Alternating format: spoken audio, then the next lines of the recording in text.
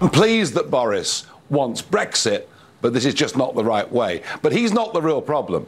The real problem, of course, is that we have a country that voted leave and still wants to leave, and most of our members of Parliament want to remain.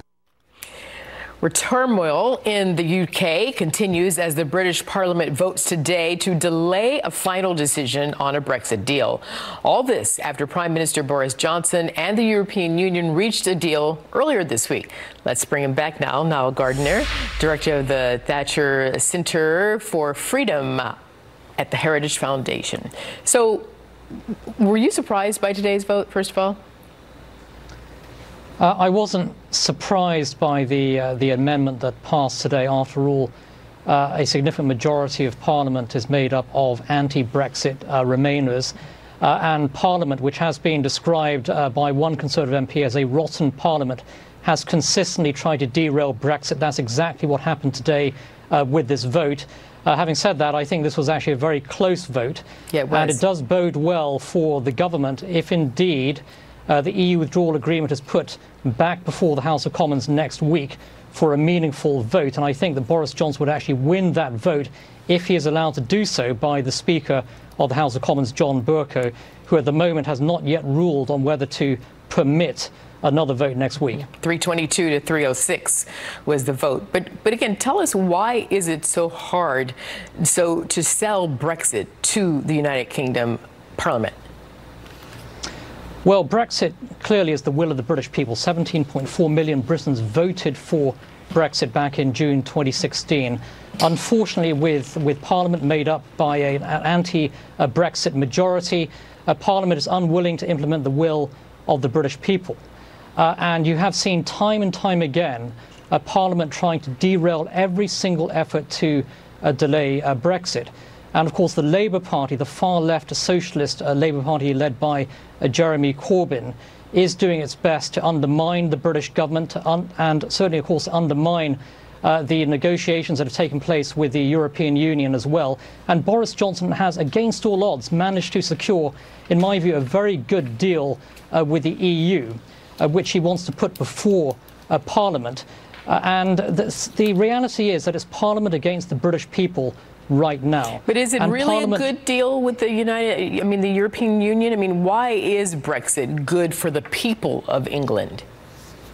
Well, Brexit certainly is great for the British people because Brexit restores British sovereignty, self-determination, the right of the British people to control their own laws, their own borders, sign their own free trade agreements with countries across the world, including with the United States. Above all, Brexit is about freedom and liberty. It's about the right of the British people to shape their own destiny for decades, for centuries to come. And so Brexit was the greatest exercise in British democratic history. When 17.4 million Britons voted to leave the European Union, it is vitally important that Parliament respects the will of the British people.